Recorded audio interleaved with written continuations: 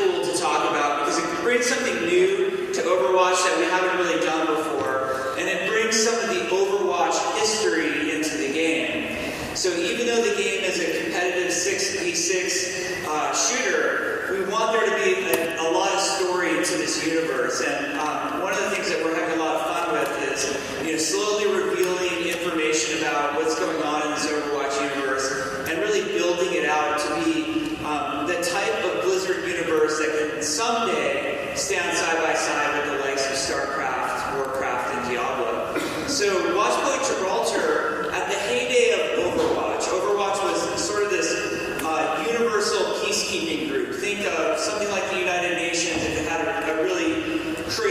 army with talking apes in it. Real world stuff there. But Overwatch was shut down at one point.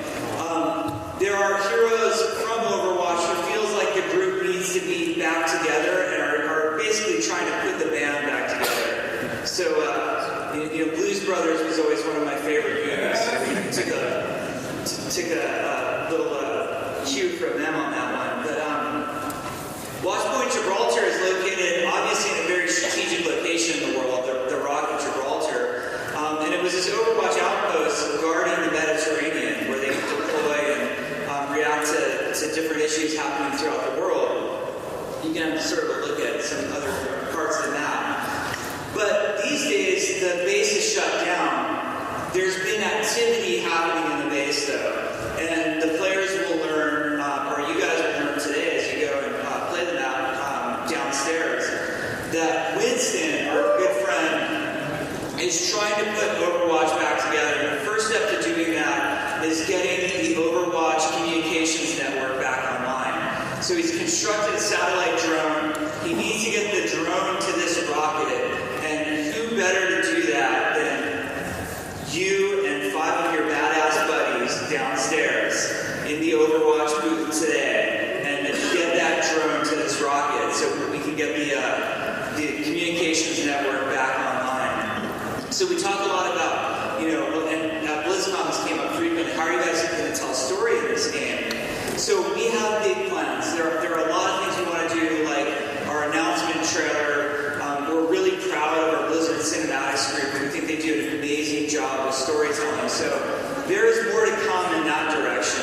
But we also want to do things in the game to reveal some of the background and give context to the player's actions. So, for example, the attacker spawn on our Watchpoint Gibraltar map is Winston's laboratory. And we hope when you're in there, you'll take some time and look at the computer screens and look at Winston's whiteboards. Small tip, in the future, they're back to being blackboards. So it's gone way in the future at this point. But the futuristic blackboard that was once a whiteboard, we hope you look at that and you get a little bit of context and background. So for the people downstairs playing right now, we put together a training video. We know they don't have a tutorial experience to go through, and they're going to wait in the line and get right up to the machines with no sort of training. So we put something together so they'll know what they have waiting for them, and we wanted to share it with you guys as well, so you can get an idea of what Watchpoint Gibraltar is all about and how it plays. So let's take a look at that right now.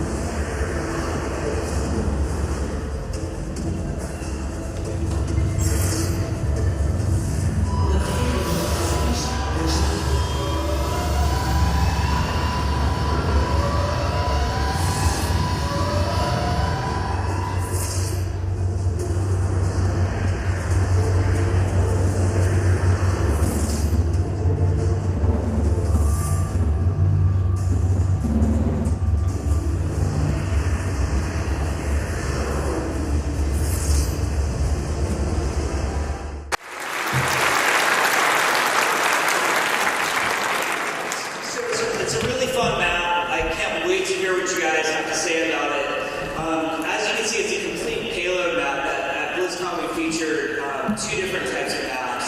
We had capture point maps, and we had a hybrid capture point and partial payload. This one's a full payload, and it adds a lot of new gameplay, I think, to Overwatch. There's also some really fun level design elements, like a really cool choke down the bottom of a hill that the development team has dubbed the car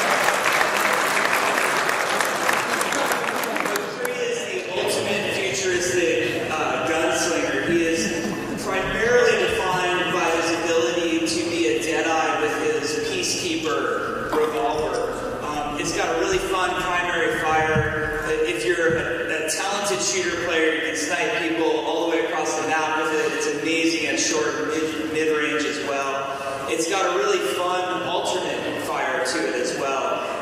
When you do your alternate fire, you fan the hammer and you unleash all the shots that are left in the revolver. So that's a lot of fun, especially when somebody gets up on you, point blank. You just hit that right click and watch him go crazy. He's got some other abilities that are really fun too. He's got flashbang that combos amazingly with his other abilities that briefly stuns enemies for about a second. And he can do a combat roll, which is really a great way for him to have mobility either in or out of a bad situation.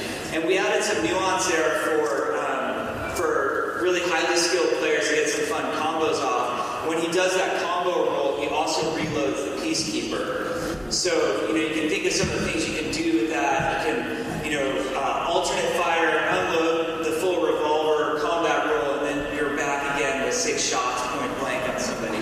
So that's a lot of fun. And then he has his ultimate ability, and in a lot of ways Overwatch is becoming defined by these characters' ultimate abilities. His is called Deadeye, and I'm going to tell you about it, and then I'm going to show you a video also. It's going to seem just like the most crazy, wildly overpowered thing ever. And it probably is, but we'll worry about that when the time comes. So what Deadeye does, it's not beta yet, right? So what he does when he uses his Deadeye ability, he actually holsters the Peacekeeper, and you're going to see this. He kind of starts moving real slowly, and he takes account of everybody who's in front of him. And what's going on in the game is your UI is showing little targeting reticles around all enemies within line of sight. If any of those get small enough and little skulls appear, that means it's a fatal shot. And then McCree fires once again, draws his gun, and will take everybody out.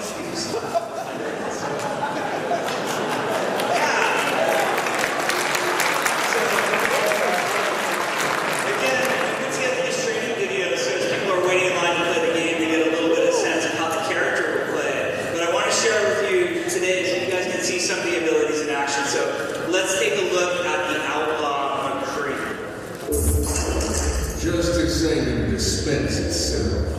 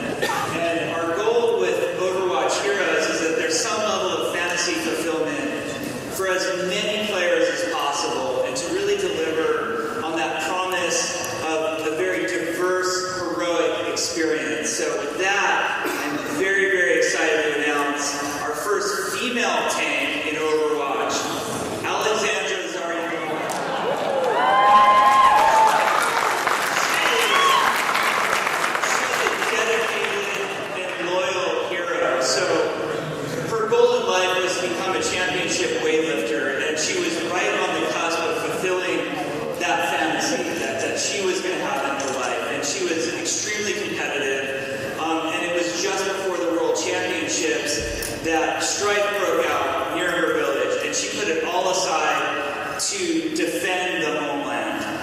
And she picked up this amazing weapon that you guys have seen a little bit called the particle cannon, and basically put her personal goals aside for that of protecting humanity. And that's one of the things that we think really defines Zarya, which is her nickname. There's other things that we think really defines who she is. She's lawful good. She's a hero. She's who you want to be when you grow up. But there's some other stuff to talk about too.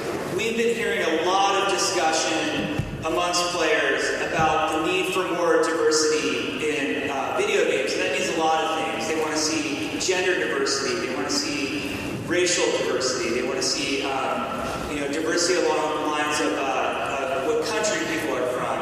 But there's also talk about diversity in different body types, and that not everybody wants to have the exact same body type always represented. And we just want you to know that we're listening and we're trying hard, and we hope Zarya is a step in the right direction to show you that we're paying attention. So let's take a look at what she does. Let's talk about it a little bit first. Like I said, the particle cannon is how she is defined. The weapon is amazing. Its primary fire is a beam attack. It shoots out about 15 meters in front of her, does pretty devastating damage at close range. And because she's a tank, that's what gets her in there. Mostly the weapon is short to medium range. It also has an alternate fire for those times when she needs it. That does an area of effect particle explosion that she can lob out there, sort of like a grenade almost. And then she has other abilities because she's a tank and because she's about protecting her allies.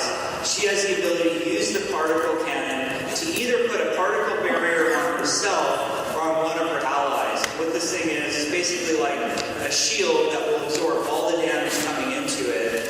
It actually blocks line of sight, so if she's standing in front of somebody and has this on her, she puts it on somebody next to her, it'll block line of sight and allow them to block for their teammates. There's a cool resource mechanic in here as well.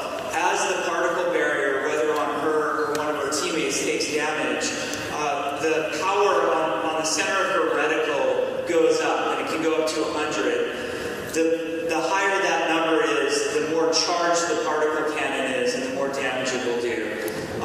Last but not least is her ultimate ability, which we call the graviton surge. This is an element that she shoots from the cannon.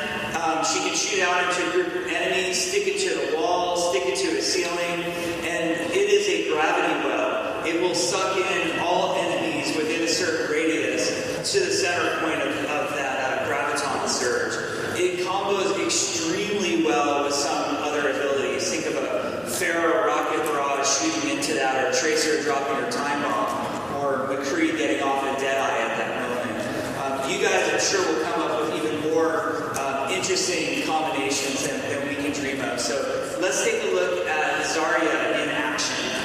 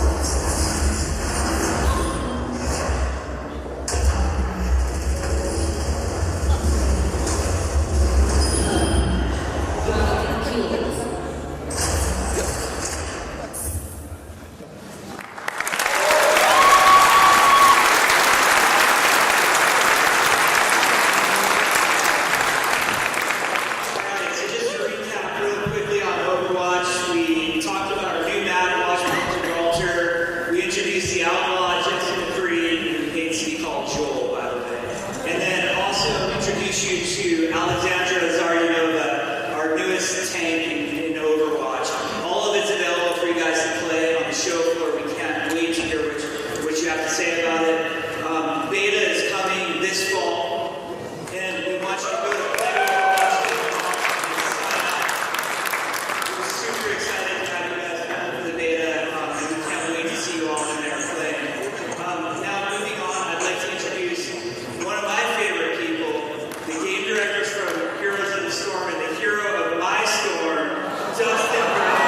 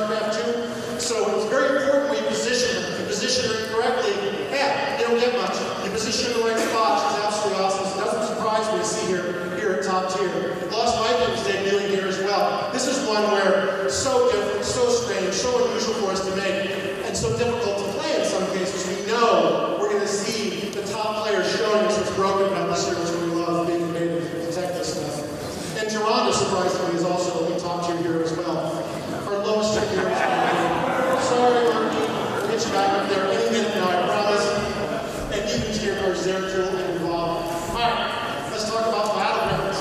We're going to be unveiling a new battleground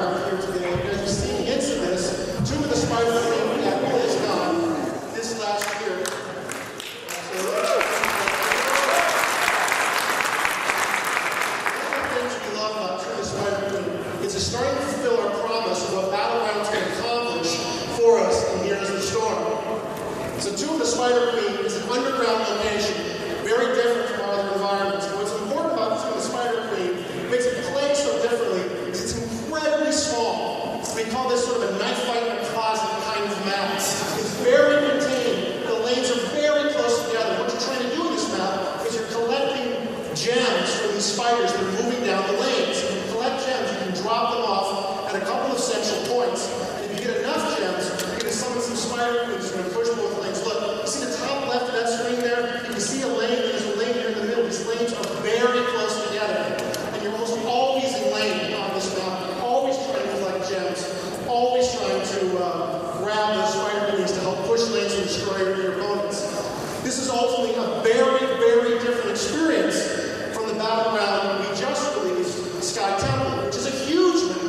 This is a map where you're always out of it. You're always trying to grab temples so you can blast enemies with rays of sun from the tops of these temples. So we're releasing these maps back to back, and they play completely differently from one another. And the types of heroes that are effective on either one of these maps are very different as well.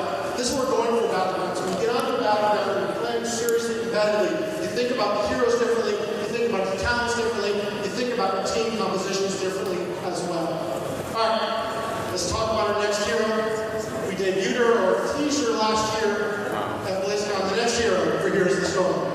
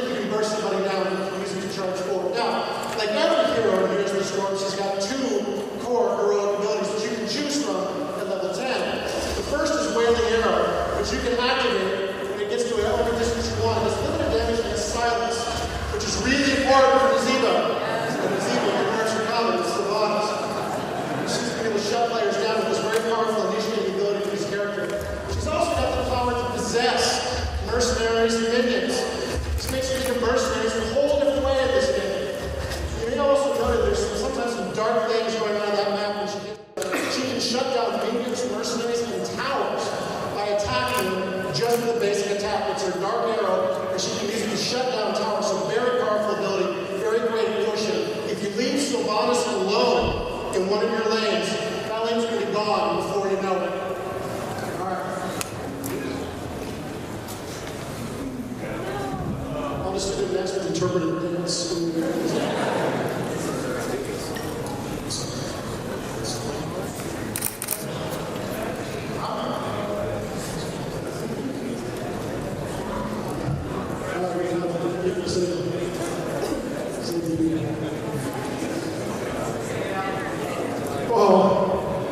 machine really that's like this.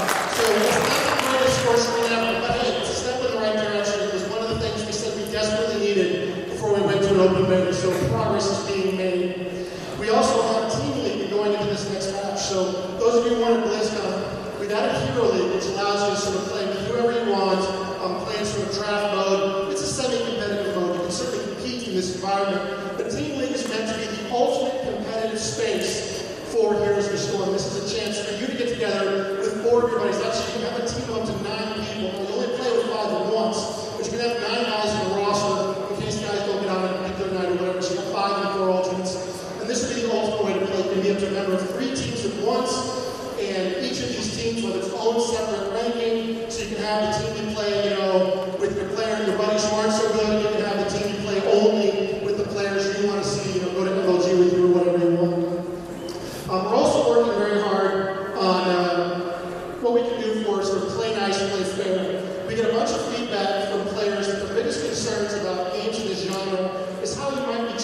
chat while you're playing the game. People might have some comments for you about your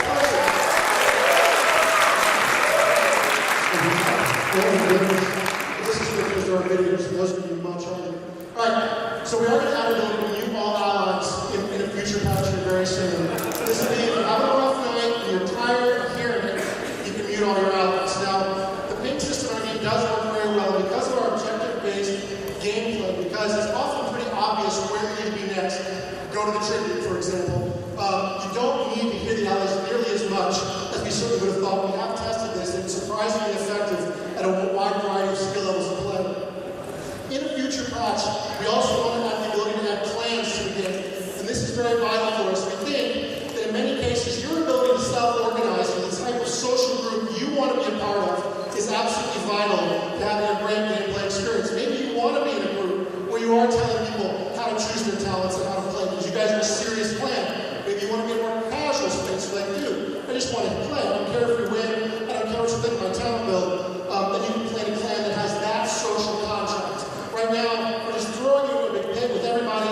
Everybody has a different expectation. And our belief is if we can give you the opportunity to self-organize, this will be to your benefit. We've also had a lot of feedback from players asking for rating systems. We don't have a specific idea here yet, but we're definitely open to your feedback and ideas on what would be the best rating system for Heroes of the Storm.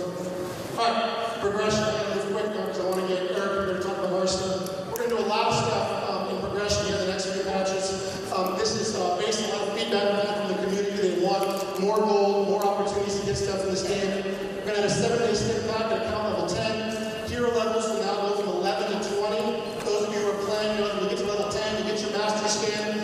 You should stop playing that hero. That feels terrible. So we're going to take you now from 11 to 20. These levels are going to be a bit of a grind, but they'll really just show off your skill or certainly your engagement with the hero. We have this concept of talent game, where you don't have access to all the talents. Let's be a rolling phone, so do this one. We're going to turn that off at level 30. This does give us some benefits for the users, so we do want to keep it in the game for a little bit. We figured by the time you get to level 30, you get it, you're ready to go, so talent rating will show up. Alright, more gold, lots more, here it comes. There's some more, there's some more, there's some more.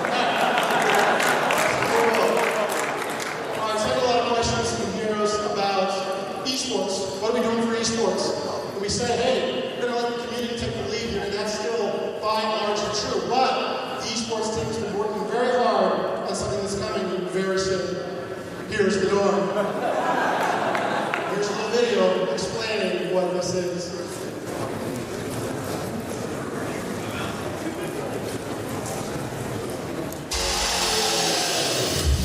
Introducing a collegiate gaming event where teams from around North America compete for their education.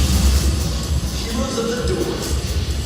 The 5 individuals that can prove themselves the best team in North America. Like Wizards' new competitive game, Heroes of the Storm, will win tuition for their college career. That's right. Form a team, play heroes, play your future. Stay tuned for more information about the live finals being held in California later this year, and sign up now at heroesofthedorm.com to receive beta access and an exclusive in-game format. There's more than $450,000 available in prizes for players and participants, so check out our website to find out how you can get involved.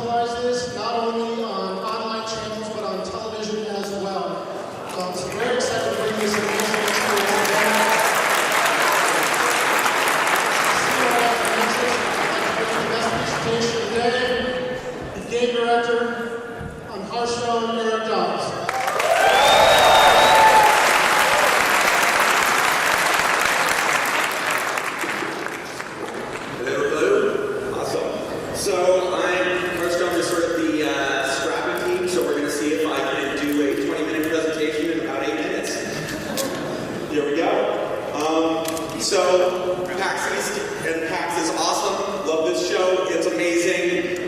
Been here coming here for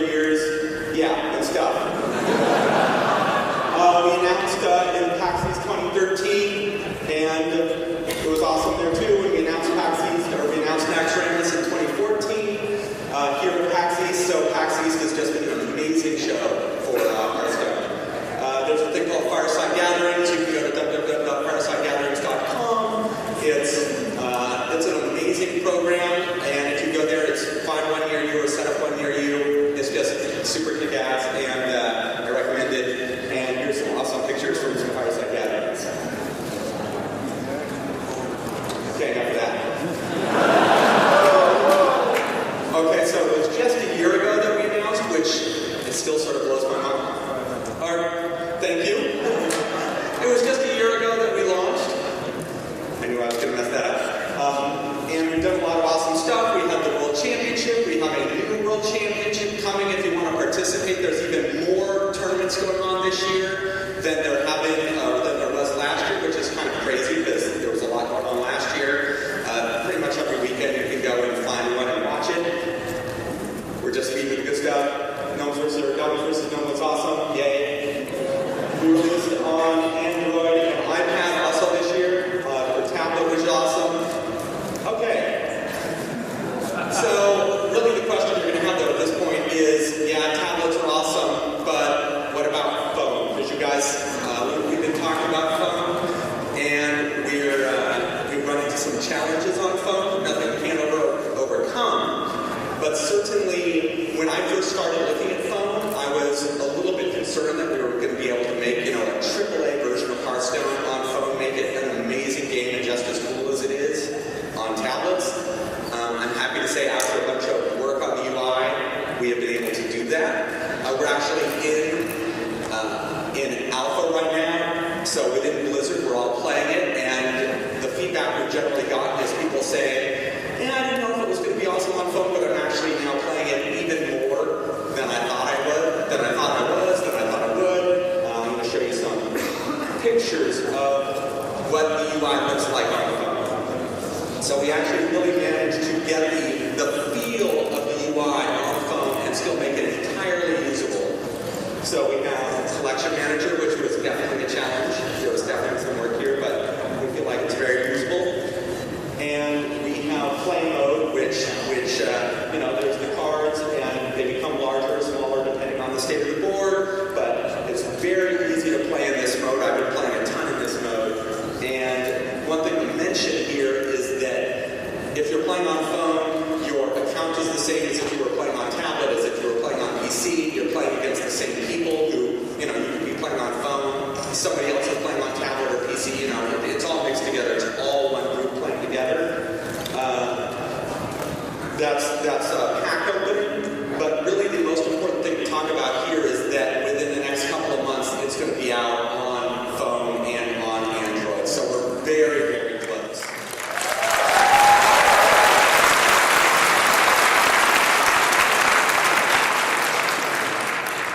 So iOS and Android, both coming very, very soon.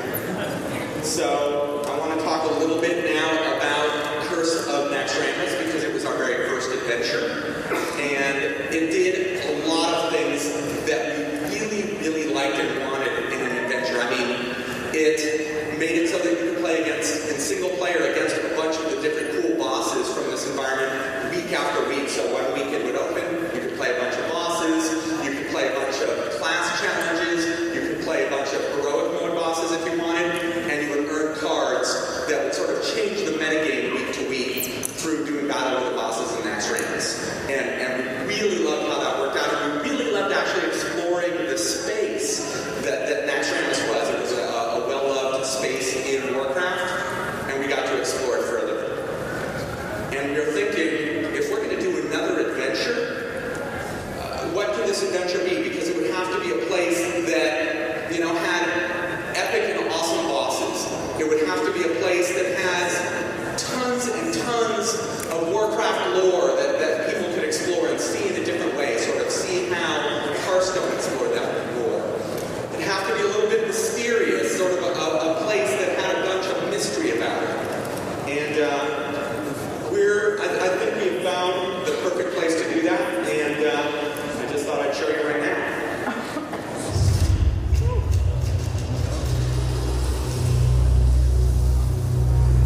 Have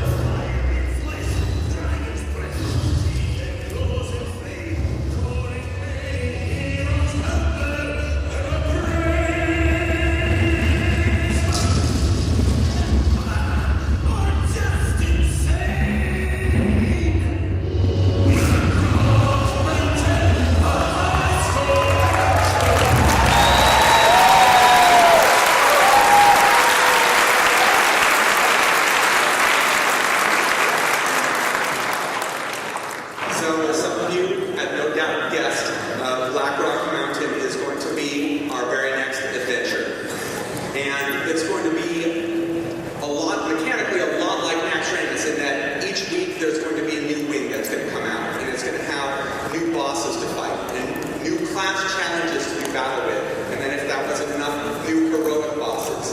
And when you beat the normal bosses and the class challenges, there's going to be cards that you earn that are going to affect the metagame. So week over week, there will be new bosses, new class challenges, new cards, new metagame. The thing that's a little bit different about Blackrock Mountain is it's got sort of a different vibe. I mean, Naxxramas has a very specific vibe.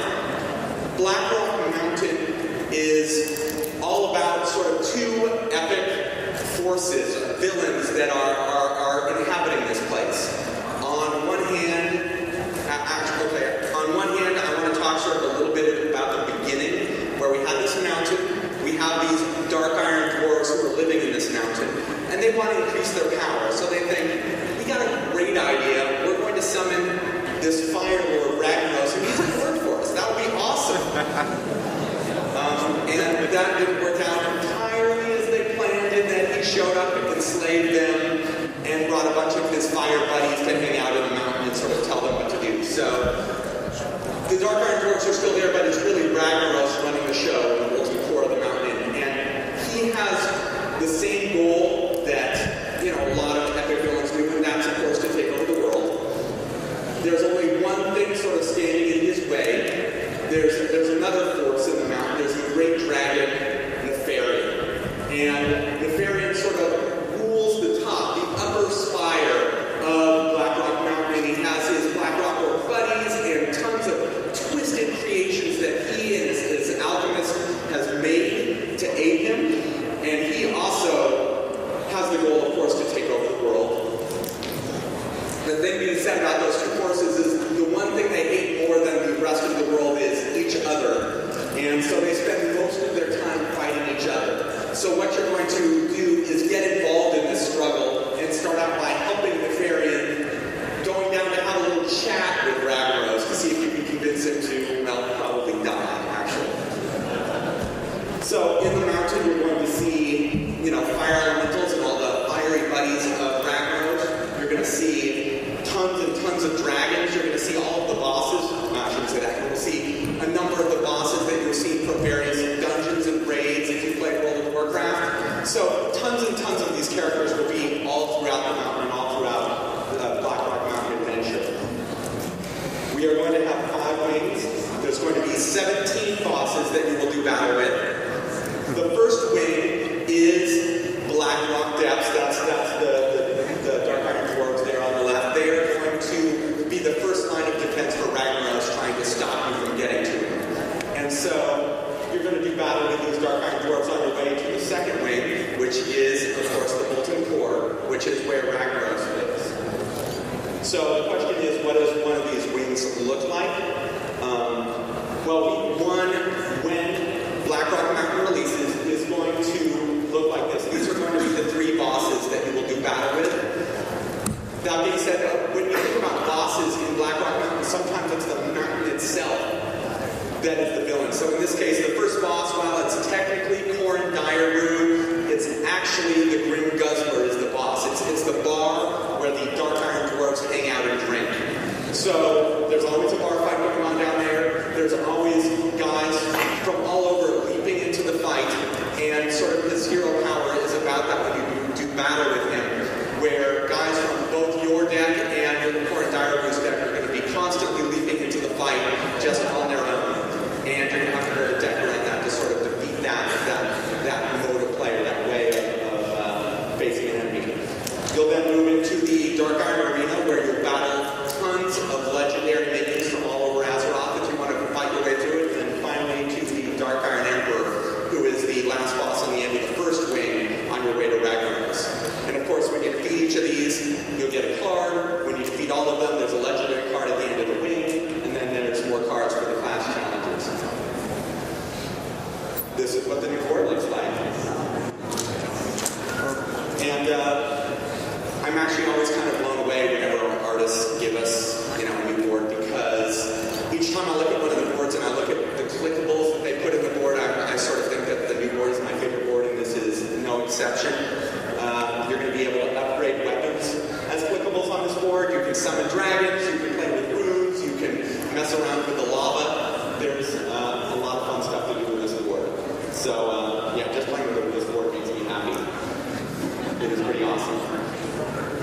So you're probably saying at this point, all of this is cool, I'm excited about this, but tell me about some of the cards that are going to affect the metagame in new ways, because I mean, that's really the heart of the Black Rock Mountain adventure.